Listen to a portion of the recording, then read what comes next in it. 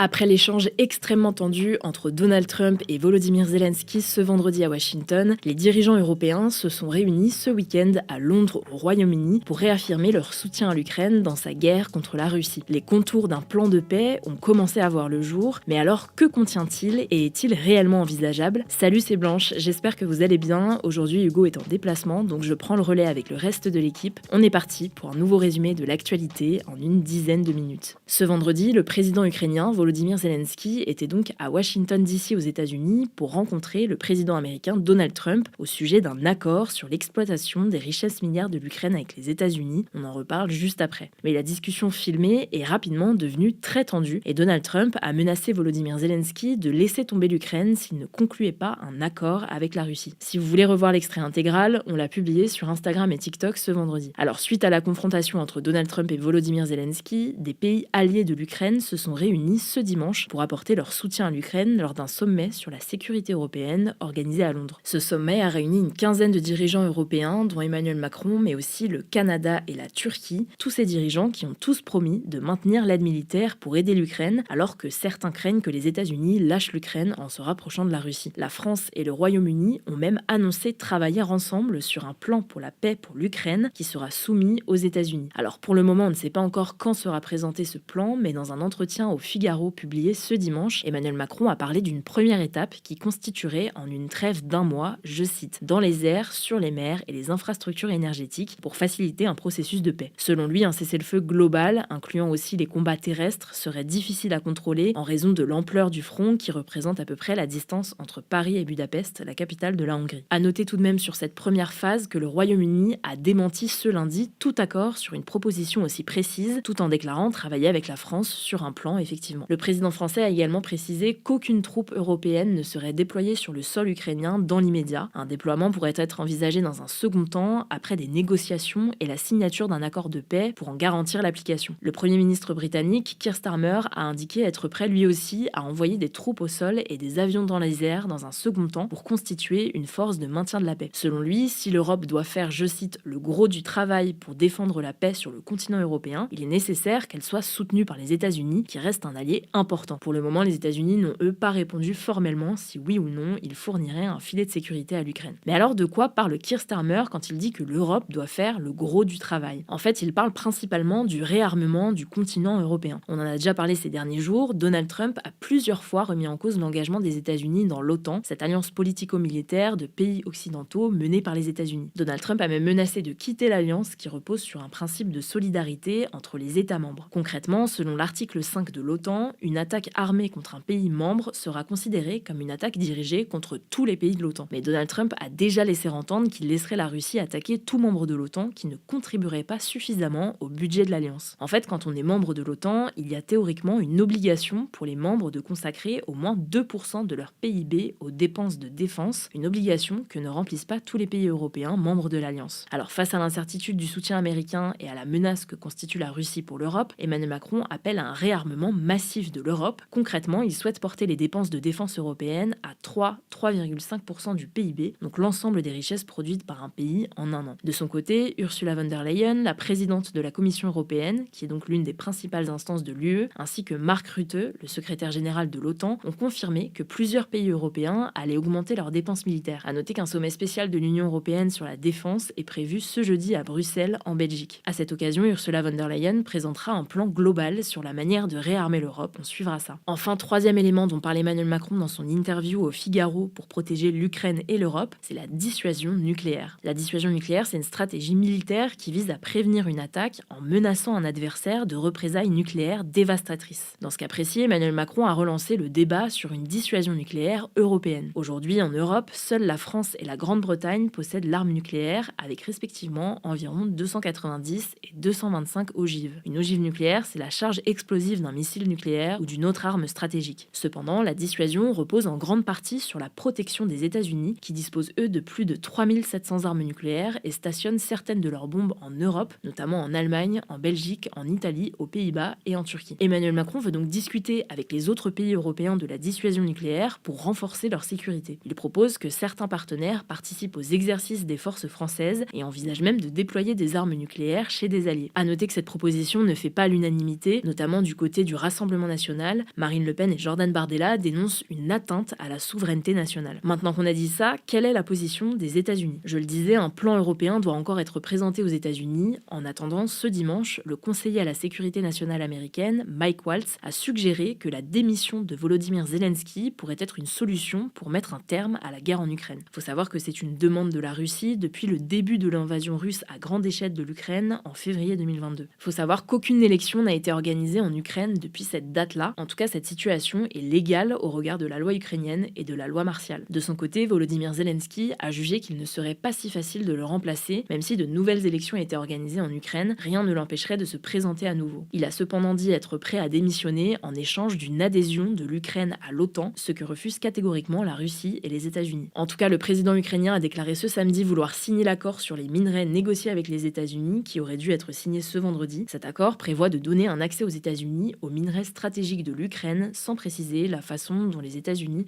pourraient garantir la sécurité de l'Ukraine en échange. On suivra ça, je vous laisse avec Samy pour les actualités en bref. Merci Blanche et bonjour à tous, on commence avec cette actu qui concerne la bande de Gaza. Le Hamas a refusé ce dimanche une prolongation de la trêve jusqu'à mi-avril proposée en dernière minute par les États-Unis face au blocage des négociations entre les parties. En fait, la seconde phase du cessez-le-feu dans la bande de Gaza devait avoir lieu ce dimanche, mais Israël a refusé de l'appliquer. Cette phase avait notamment pour objectif un cessez-le-feu permanent et le retrait de l'armée israélienne de la bande de Gaza. Mais de son côté, le Hamas, qui souhaite aller au bout des étapes prévues par l'accord initial, refuse donc cette prolongation de dernière minute qui prévoit notamment la remise immédiate de la moitié des otages vivants ou morts. Et donc en réponse à ce refus du Hamas, Israël a décidé de bloquer l'entrée de l'aide humanitaire et d'approvisionnement dans la bande de Gaza, un blocage dénoncé par plusieurs pays du Moyen-Orient. De son côté, l'Union européenne a critiqué ce dimanche le Hamas pour avoir refusé la prolongation de la première phase de l'accord de cessez-le-feu et a aussi dénoncé la décision d'Israël de bloquer l'aide humanitaire. Et vu qu'on parle du Proche-Orient, les autorités israéliennes ont déclaré ce lundi qu'une personne était morte et que 4 autres ont été blessés dans un attentat terroriste au couteau à Haïfa, au nord d'Israël. L'auteur a été tué. L'identité de l'assaillant n'a pas encore été révélée, mais l'attaque serait liée au conflit israélo-palestinien selon les premiers éléments. Le Hamas a salué l'attentat comme une opération héroïque sans pour autant la revendiquer. Deuxième actu, en Martinique, 6000 produits de grande consommation sont exonérés de la TVA depuis ce samedi. Selon le préfet du département d'Outre-mer, cette baisse devrait être appliquée dans les prochains jours. La TVA, donc la taxe de valeur ajoutée, c'est une sorte d'impôt payé directement par les consommateurs quand ils achètent un produit. Quand on achète des pâtes par exemple, elles ont un prix toutes taxes comprises et une partie du prix final est reversée à l'État, ce qui n'est donc plus le cas pour 6000 produits en Martinique. À terme, l'objectif sera d'atteindre une baisse moyenne de 20% des prix en Martinique, alors que les denrées alimentaires y sont en moyenne 40% plus chères que dans l'Hexagone selon l'INSEE. La raison de cette différence, c'est notamment parce que la Martinique est située à plus de 6800 km de la France métropolitaine et que les coûts de transport et d'importation sont donc plus élevés. Troisième actu, depuis ce lundi, la file de gauche du périphérique parisien et de certains tronçons des autoroutes A1, A13 et A12 est désormais réservée au covoiturage pendant les heures de pointe. Alors il s'agit pour le moment d'une phase de test et donc concrètement, les conducteurs peuvent uniquement s'engager sur cette voie s'il y a au moins 2 personnes dans le véhicule, du lundi au vendredi, le matin de 7h à 10h30 et le soir de 16h à 20h. Cette restriction ne concerne pas les taxis, les poids lourds, les transports publics ou encore les véhicules prioritaires. Des caméras intelligentes pour détecter le nombre de passagers ont été installées et à partir du 1er mai 2025, une amende de 135 € pourra être infligée en cas de non-respect. L'objectif est notamment d'encourager le covoiturage afin de diminuer la pollution. Quatrième actu, le président de la Colombie a demandé ce dimanche au Parlement du pays de légaliser le cannabis afin de, je cite, sortir de cette culture de violence. Il faut savoir que la Colombie a déjà légalisé le cannabis médicinal en 2016, mais son commerce pour usage récréatif reste pénalisé. Et donc selon le président, l'interdiction de la marijuana en Colombie n'apporte que de la violence. L'objectif de cette légalisation serait notamment de permettre au gouvernement de concentrer son action sur un autre trafic de drogue, celui de la cocaïne. Ce n'est pas la première fois que le président colombien apporte son soutien à la légalisation du cannabis. Depuis son entrée en fonction en 2022, 3 propositions ont été débattues au Parlement, mais aucune n'a obtenu suffisamment de voix pour être adoptée. On ne sait donc pas concrètement ce que ça va donner pour l'instant. Il faut savoir qu'aujourd'hui, la Colombie est le plus grand producteur de cocaïne au monde. Selon un rapport de l'Office des Nations Unies contre la drogue et le crime, la production de cocaïne y a augmenté de 53% en 2023 pour atteindre 2600 tonnes par an. Et on termine avec cette bonne nouvelle, la 5e édition de l'événement caritatif de jeux vidéo Speedon a récolté plus de 2,2 millions d'euros en 4 jours pour l'association Médecins du Monde. L'événement a été retransmis sur la chaîne Twitch de MrMV et a duré au total 75 heures en ligne et sur la scène du Centre des Congrès de Lyon. Pendant l'événement, de nombreux joueurs ont réalisé plusieurs dizaines de speedruns, une pratique qui consiste à finir un jeu vidéo le plus rapidement possible. L'un des joueurs a par exemple fini le jeu Super Mario 64 qui dure une quinzaine d'heures en moyenne en seulement 38 minutes, le tout avec les yeux bandés. Bravo à eux. Merci Samy. amis, c'est tout pour aujourd'hui. Merci beaucoup d'avoir suivi ce format. Prenez soin de vous, prenez soin de vos proches et je vous dis à bientôt.